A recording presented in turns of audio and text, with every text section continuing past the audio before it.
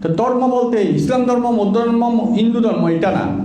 আমরা তো ধর্ম বলতে বুঝি, এখন যদি জিজ্ঞেস করি ধর্ম কি, তাই বলবে যে মুসলিম ধর্ম, ইসলাম ধর্ম, খ্রিস্টান ধর্ম, বৌদ্ধ ধর্ম, এগুলো ধর্ম। এগুলো ধর্ম না, এগুলো একটা জাতি।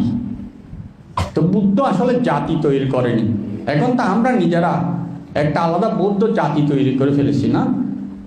এটা বরঞ্চ বুদ্ধকে আমরা ছোট করে ফেলেছি। বুদ্ধের ধর্মটা কোনো জাতিপতা নয়। বুদ্ধ কোনো জাতিভেদকে, জাতিপতাকে বিচ্ছিন্ন করে। এই যে তখন এই যে ক্ষত্রিয়, ব্রাহ্মণ, বৈশ্য, শূদ্র বিভিন্ন জাতি ছিল, জাতিপতাকে এক করেছিল। কারণ এই যে আমার একটা চিত্ত উৎপন্ন হচ্ছে, ধরেন যে চিত্তটা একটা মুসলমানের হয় না, একটা হিন্দুরও হয়, একটা খ্রিস্টানেরও হয়, একটা বৌদ্ধরও হয়। এইটার জন্য এটা আমার চিত্তের নিয়ম। যেমন জলের ধর্মটা কি? জলের ধর্মটা হচ্ছে যেই পাত্রে নেব সেই পাত্রের আকার ধারণ করবে, আর উচ্চতা উপরে সমান থাকবে না। আমি যদি জলটা বালতিতে নিই, বালতির আকার ধারণ করবে। যেমন এই যে একটা তামার তার, এটার ধর্মটা কি? বিদ্যুৎ প্রবাহিত হবে না।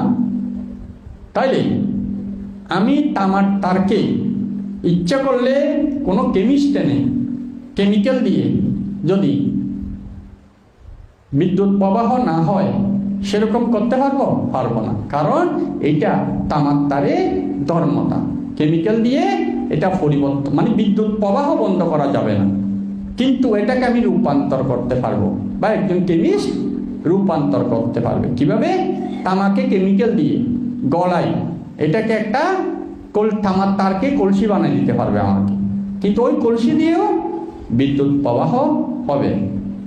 একটা আমাকে বোতল বানিয়ে দিতে পারবে, তামার বোতল না, এটা দিয়েও বিদ্যুৎ প্রবাহ হবে। কারণ ওই তামার তারে ধর্মটা হচ্ছে এটা বিদ্যুৎ প্রবাহ হওয়া।